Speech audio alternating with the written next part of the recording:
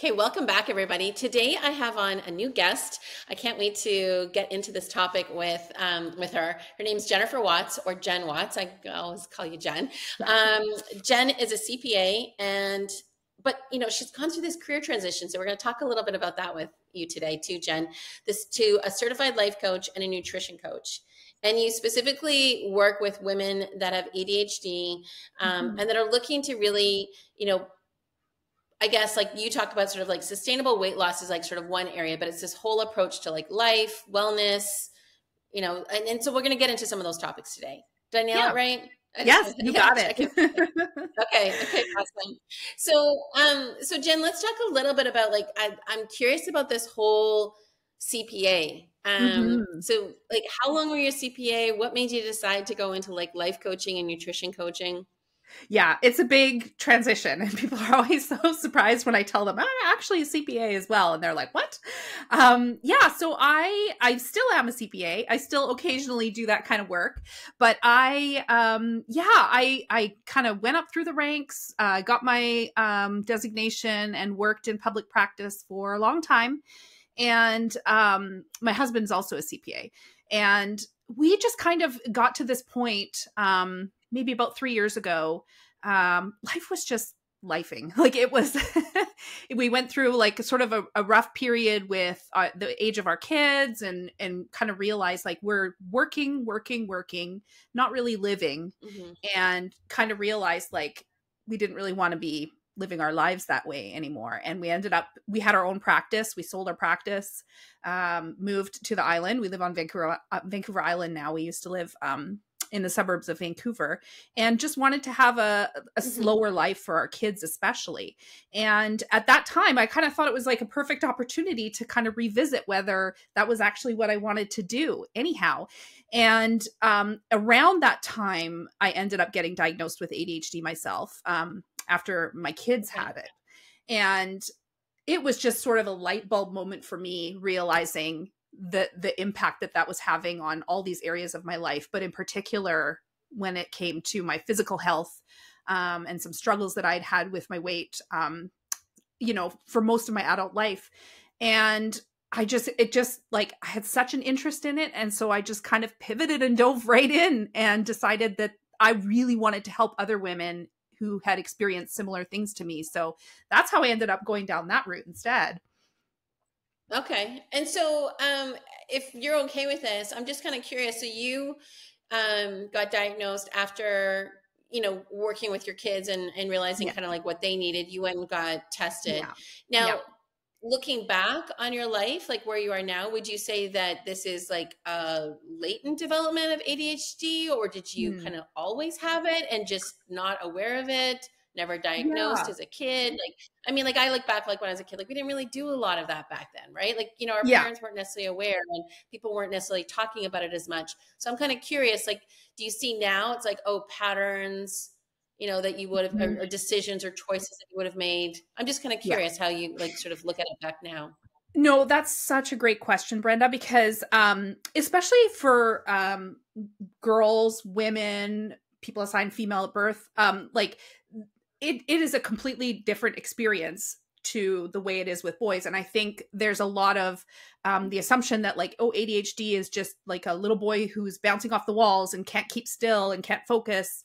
And it's just very different. And so I actually was not diagnosed until a few years after my son. My son was the first one to be diagnosed. And I had been actually, my doctor diagnosed me with anxiety and depression when I was 14.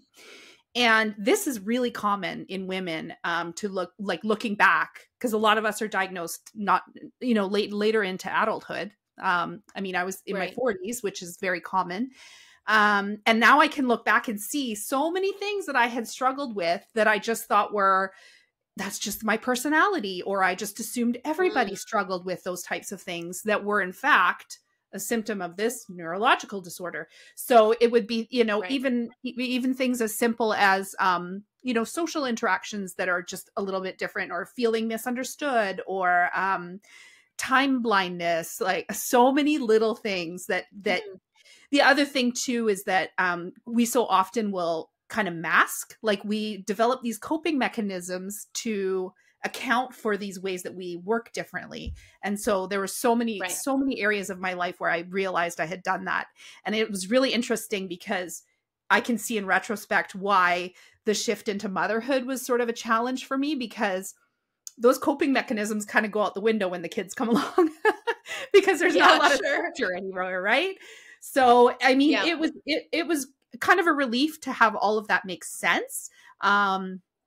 And yeah, just really interesting. So yeah, it is something that you're born with, in my case anyways. And yeah, I can definitely see it all the way back to when I was really little. Yeah. And so you mentioned like leaving, like you told us the whole story about like leaving your CPA job and then now starting your business as a life coach and a nutrition coach, working with women that have ADHD because you want to help them through your own experience. What's that transition been like for you with someone like that's an entrepreneur that has ADHD? I'm just kind of curious, like if that's okay, if I can still kind of like open the kimono a little bit more. Yeah. Well, you know, what's really funny is that like people with ADHD are very, very commonly entrepreneurs. I heard somebody saying the other day it's something like 300% more likelihood to go into entrepreneurship than the average person. I don't know if that's true or not, but really? yeah. And so I think it's just the way our minds operate. We just think outside the box, very naturally creative. So it was a big shift for me. I was so used to being a rule follower and like operating from a place of like, I want to be the best employee and be praised all the time for everything. And then when you go to work for yourself, it's like, well, there's nobody here telling me I did a good job or telling me how to do it properly. Yeah. And it's a little scary. It was scary and overwhelming for me at first. And not having that structure of a job that just exists there for you. So that part took a while for me to get used to that. And I still have days where it's like, you know, I'm naturally not a very organized person.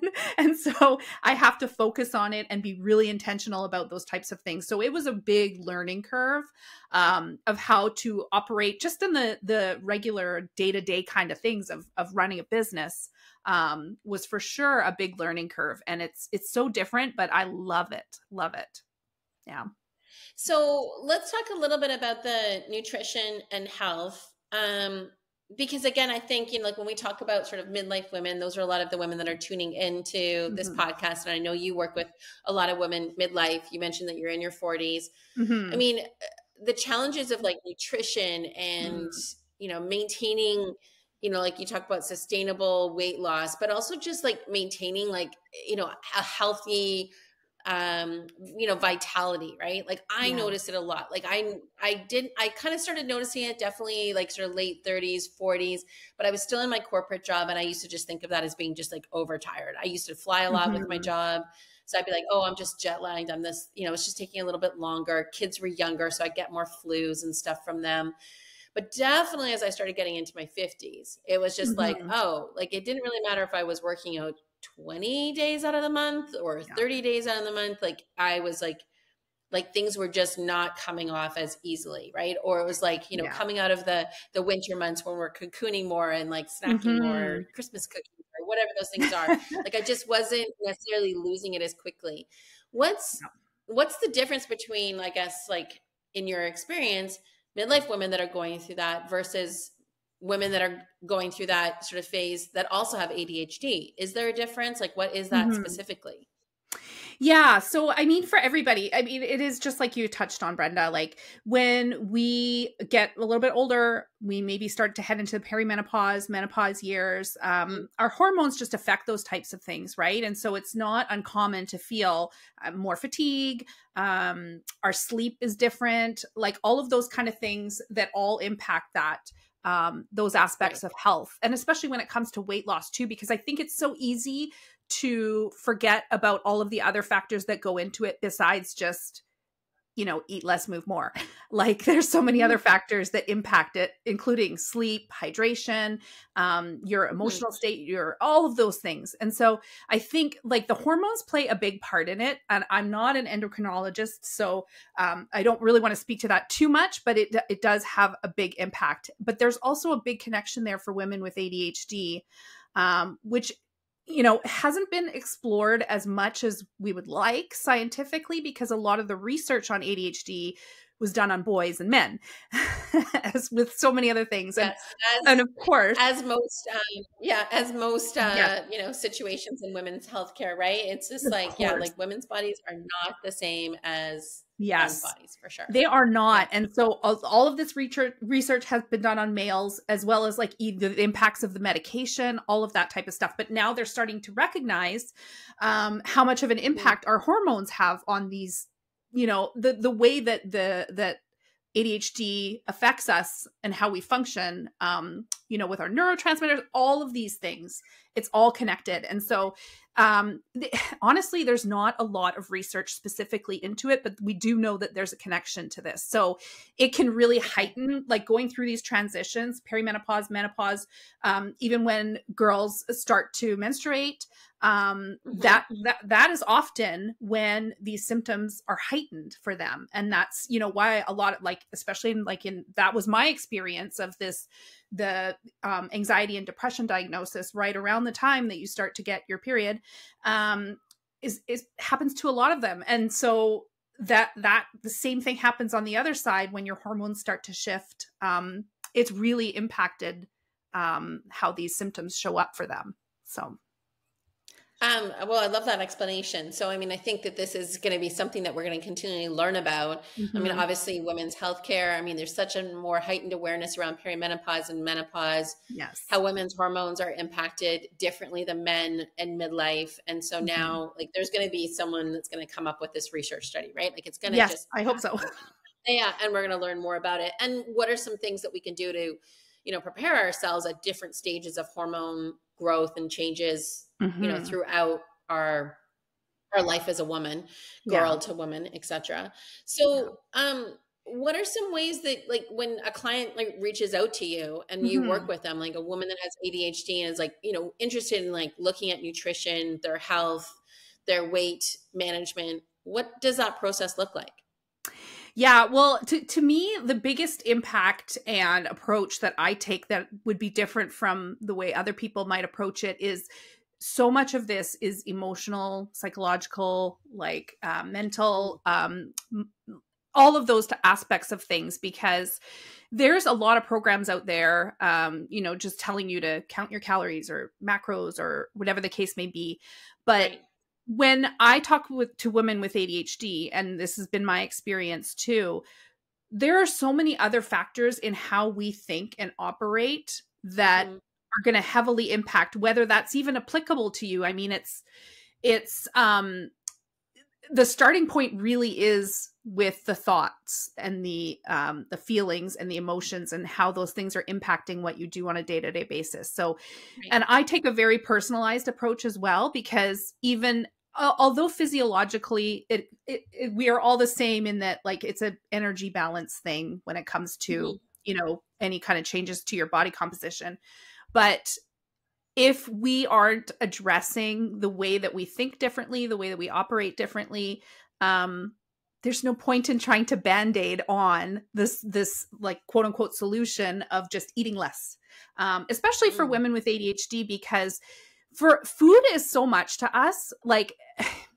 For anybody with ADHD, it can be a source of stress reduction. It's often used as when people are bored.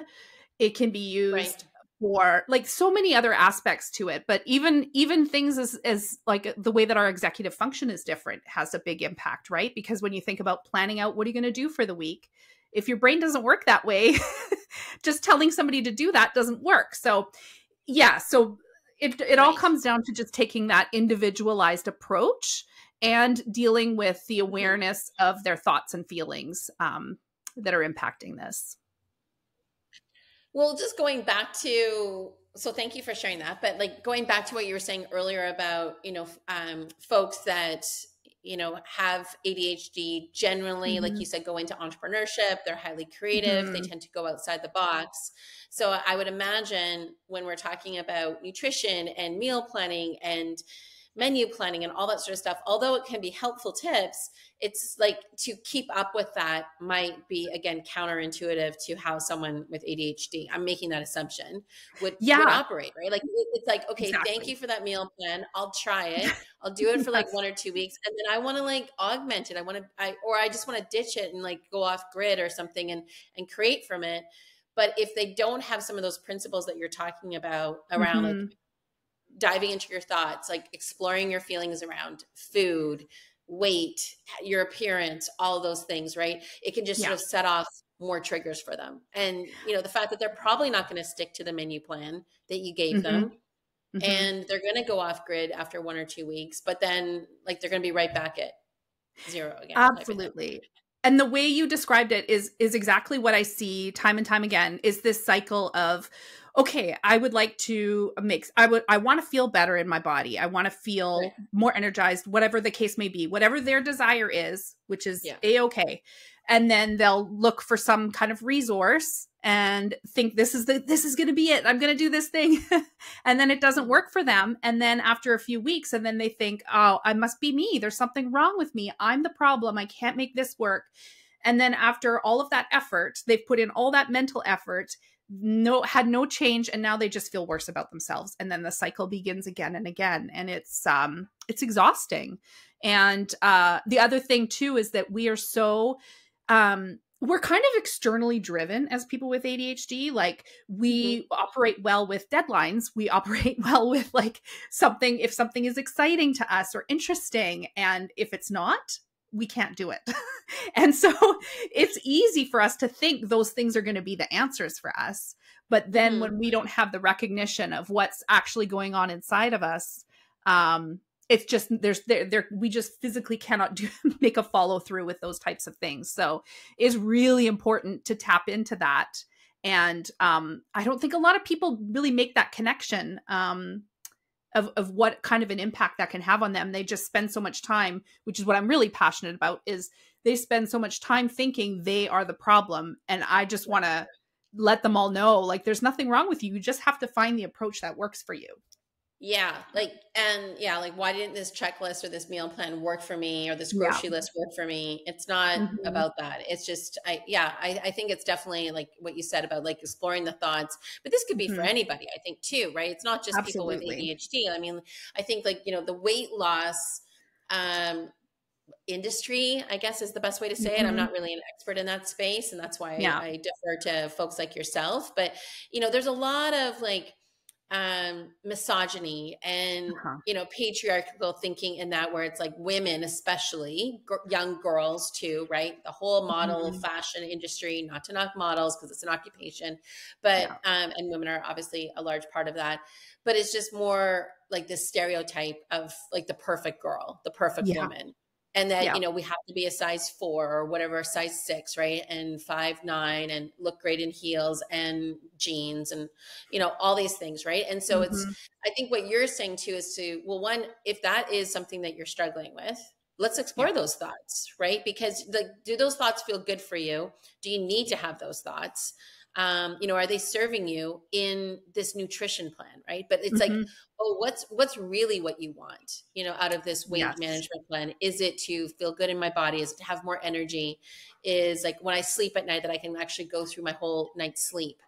And Mhm. yeah, I may also want to fit into those jeans, but it doesn't necessarily mean I need to fit into a pair of jeans that are like, 10 sizes smaller than what I'm wearing right now. It's just Yeah. like, so I don't know. That's where I'm sort of going with it. But Yeah. I guess I want to hear your take on it because, Yeah. I also like, for people that are listening, it's like, yeah, people want to be healthy out there. And part of being Mhm. healthy is eating right and the physical energy and the food energy that you get from eating. But it's also not necessarily falling into that stereotype, like, oh, we're talking about weight loss because we want to go down this, perfection road. So Oh, I just want yeah. to on that. Yeah, I have so many thoughts on that. And it's sort of a touchy subject because I do talk about weight loss, which a lot of people are like, and I understand that hesitation because Yeah. it's, I don't want to be part of diet culture by any means. And I would never tell somebody they needed to lose weight. That is like, I think that's so much of why I'm here too, is because I want to be a safe place for people that if you in your core, in your heart, and from your own desires want to make changes because you want to feel better, I want to help you.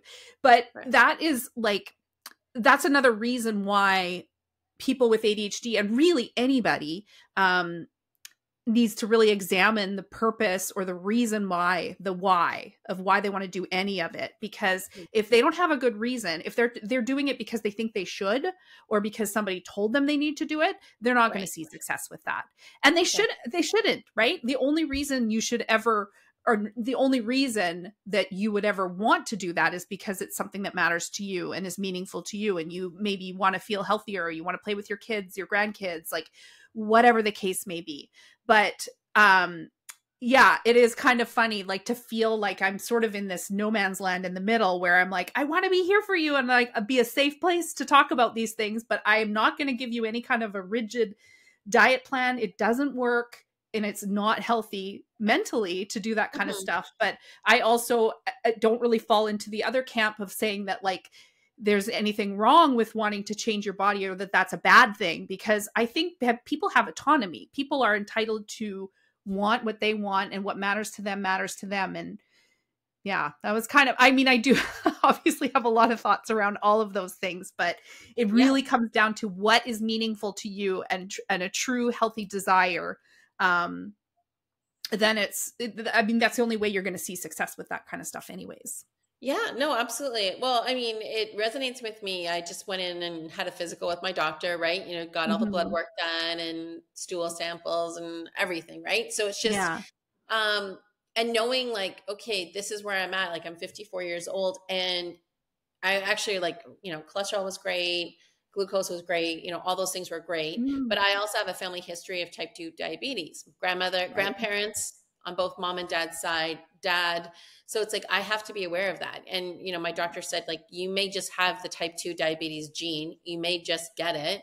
Right now you're in the safe zone that you don't have it. But, you know, as a midlife woman, here are some things that are changing for you hormonally. Like your body is processing food differently than what it did when you were 20 and 30. So you may be able to have ice cream like when you were, you know, 20s and your 30s at 9 o'clock, 10 o'clock at night as a bedtime snack, which is what I did.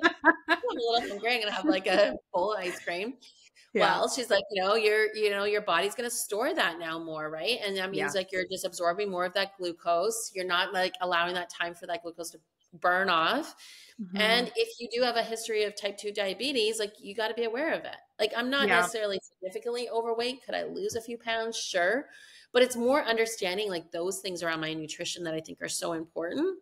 Because like, I mean, like, do I want to be on 14 prescription drugs, which is, I think the average American right now is something like 12 to 14 prescription drugs. And I don't want to blow that out of proportion, but I'm like, no, like I maybe go on a prescription like once every like 3 or 4 years. You know, that's been my history.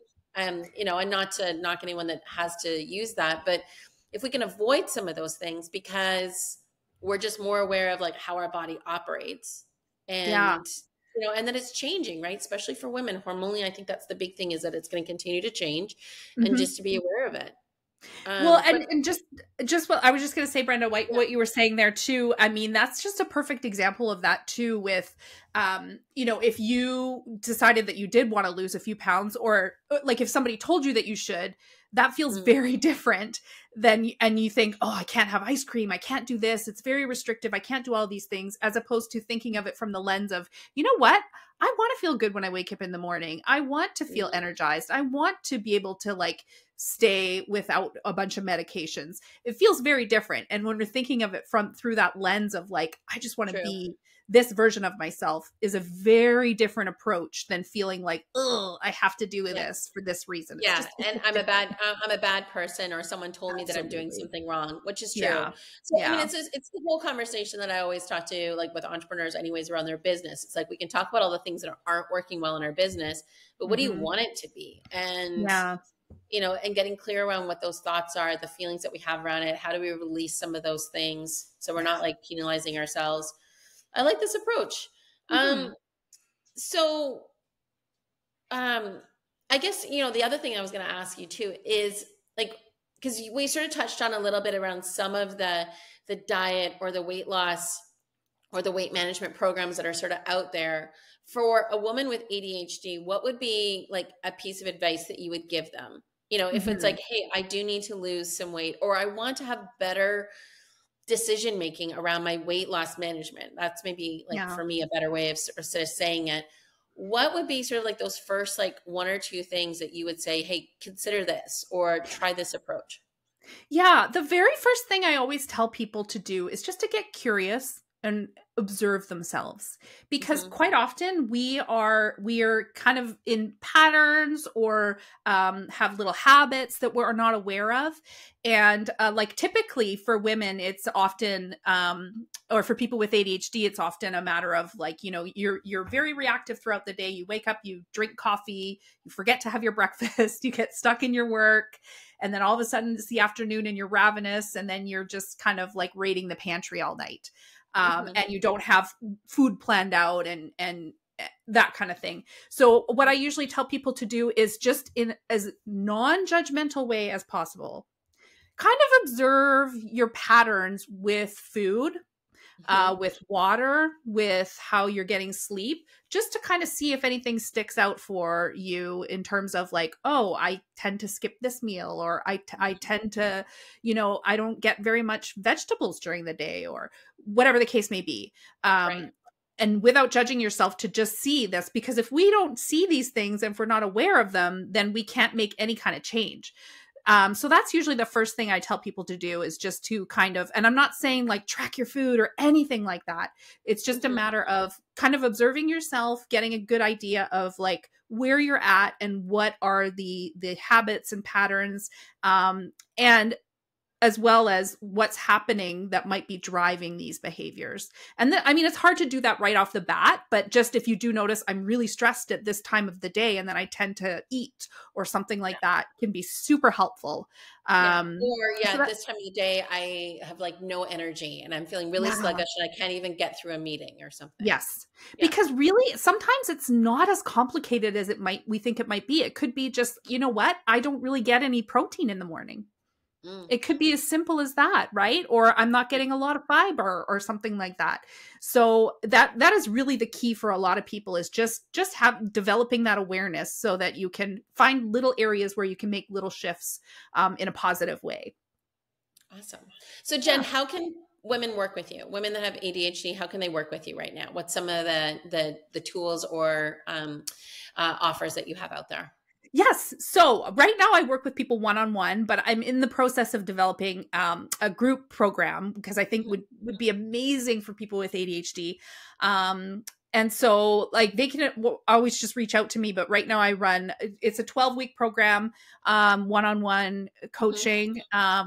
And that, yeah, so that's what I'm doing right now, but I will be having this group program coming out hopefully within the next month or so. So Okay, cool. All right. Awesome. yeah, And you also have a podcast. What's your podcast called and where can people I find you? do. Yeah. Yes. Yeah. So my podcast is called Losing Weight with ADHD. It's on all the podcast platforms. And you can find me. I'm mainly on Instagram. It's at jenniferwatts.ca. And there's a link in there. But yeah, just any of the podcast platforms, you can find me on there as well.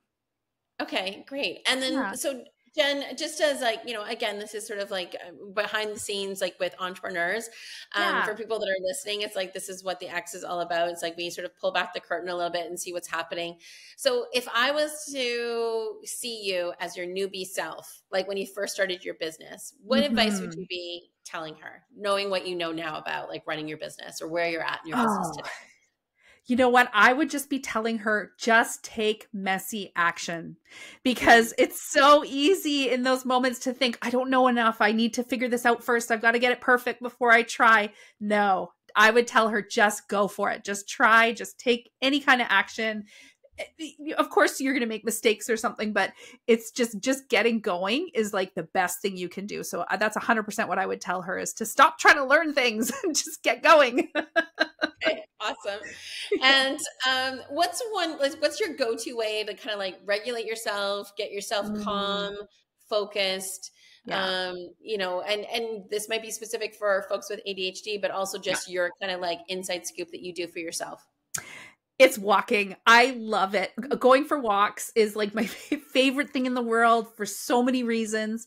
Like getting your body moving. I mean, that helps for people with ADHD with the dopamine, especially being in nature. It's so regulating. It regulates your nervous system, getting your blood going. And it's just, I love it. Put on a good podcast, go for a walk. It's the best thing ever.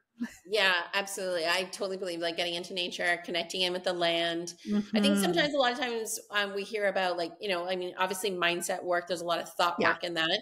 Yeah. But sometimes it's like, sitting there with a journal, a blank page and trying to do thought work. It's Yeah. like when your mind is racing, I find if I just go outside and breathe some fresh air, walk Mm-hmm. my dog, get outside, listen to the birds, it's like, then I can come back and like do some of that thought work afterwards. Oh yeah. So much Yeah. clarity as well as creativity can happen when you're out there. So Yeah. it's great. Beautiful. Yeah. Okay. Jen, it's been awesome having you on today. Thanks so much for sharing your wisdom with us. Thank you so much for having me, Brenda. This was great.